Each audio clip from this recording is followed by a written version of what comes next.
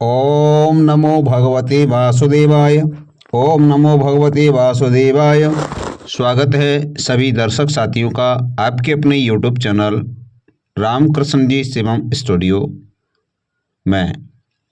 रामकृष्ण शास्त्री आगरा से आप लोगों के बीच में धार्मिक कथा, व्रत कथा एवं अन्य जानकारियाँ लेकर के प्रतिदिन आता रहता हूँ। तो आज की जो जानकारी है, जो माघ मास का पवित्र महीना चल रहा है और ये बहुत ही पवित्र महीना है, इसमें सारे पापों का नाश हो जाता है, नष्ट हो जाते हैं। और माघ मास में स्नान करने के बाद हमें ये कथा अवश्य सुननी चाहिए, सुनानी चाहिए। इससे हमें बहुत लाभ मिलता है, क्योंकि हमें जो स्नान कर रहे हैं, माघ मास का बहुत ही पवित्र महीना है, भगवान को बहुत ही प्रिय है। और जो लोग पूजा पाठ करते हैं, ब्रह्मा विष्णु शिव या इनका मंदिर बनाते हैं, भगवान की पूजा के लिए फूल बाग लगाते हैं, वे धन्य हैं। जो माता पिता देवता तीर्थ यात्रियों के सदैव पूजनीय होते हैं, उन्हें ब्रह्मलोक की प्राप्ति होती है। ये आपने सुना पिछले अध्याय में। अब आज की कथा में माघ मास के महात्म्य का 9वां अध्याय। यार, माघ मास के 9वें अध्याय की कथा श्रवण करेंगे, माघ मास पुराण की कथा सुनेंगे 9वें अध्याय की। तो ऐसा सब कुछ करने से हमें जो मिलता है वो अभी मैंने बताया। और यमदूत दर्शन का समय मध्याह्न के समय आया। अतिथि, मूर्ख, पंडित, वेद पाठी या पापी कोई भी हो, ब्रह्म के समान हो जाता है। जो रात के थके हुए व्यक्ति को अन्न जल देता है और मध्याह्न के समय जो घर आता है, अतिथि निराश नहीं होता, वह स्वर्ग का वासी होता है। अतिथि समतुल्य कोई धन संपत्ति तथा हित नहीं है। बहुत से राजा और मुनि अतिथि सत्कार में ब्रह्म लोक को प्राप्त हुए हैं। तो कोई भी अतिथि आए उसका पूरा सम्मान करना चाहिए। जो एक समय आलस से भी अतिथि को भोजन करा दे, वह यम द्वार नहीं देखता। केसरी ध्वज से वैवस्वत देव ने कहा था कि जो कोई इस कर्मभूमि मृत्युलोक से स्वर्गलोक जाने की इच्छा रखता है, वो अन्न का दान करे।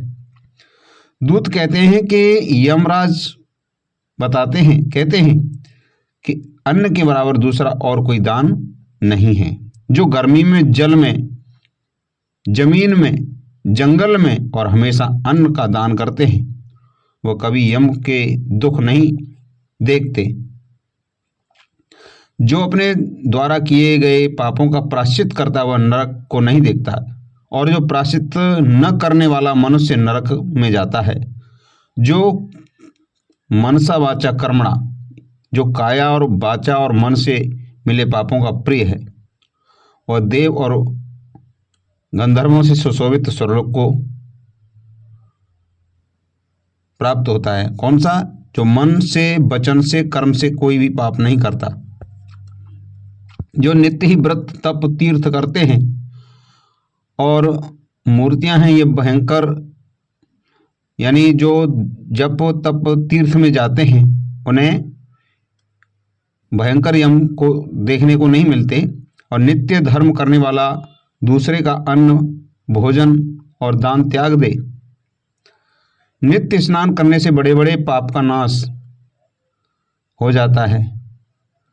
रतालू को न देखें, बिना स्नान पवित्रता कैसे हो सकती है। जो मनुष्य पर्व के समय जल में स्नान करता हुआ बुरी योनि में नहीं रहता, नहीं नरक में जाता। माघ मास में प्रातः स्नान करने वाले को नियम के अनुसार तिल, पात्र और तिल का दान करना चाहिए।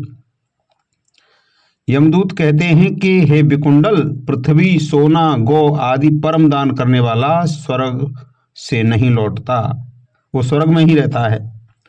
और बुद्धि, पुण्यतिथियां, व्यतिपात, संक्रांति आदि को छोटा सा दान करके भी बुरी गति को प्राप्त नहीं होता। सत्यवादी मौन रहने वाला, मीठा बोलने वाला, क्षमाशील, नीतिवान, किसी की निंदा न करने वाला, सब मोक्ष पर दया करने वाला, सब जीवों पर दया करने वाला, पराये धन को तृण के समान इशारा करने वाला। इंसान कभी नरक को नहीं जाता। पराये धन को तृण के समान समझने वाला, यानी पराये धन को अपना धन नहीं समझना, ऐसा व्यक्ति कभी भी नरक नहीं भोगता है। तो हमें इन चीज़ों का ध्यान रखना चाहिए। यह माघ मास का बहुत ही पवित्र महीना है। आपने कथा का श्रवणपान किया, यहाँ से आगे की कथा आप 10वें अध्याय में श्रवणपान करेंगे। तब तक के लिए मैं आपसे निवेदन करना चाहूँगा कि अभी तक चैनल को सब्सक्राइब नहीं किया तो प्लीज़ चैनल को जरूर सब्सक्राइब करें, बेल को प्रेस करके रखें जिससे नोटिफिकेशन सबसे पहले आपको मिले। मिलते हैं अगले अध्याय में, 10वें अध्याय में। तब तक के लिए जय श्री राधे कृष्णा, हर हर महादेव, जय शंभो कैलाशपति, जय श्री राधे।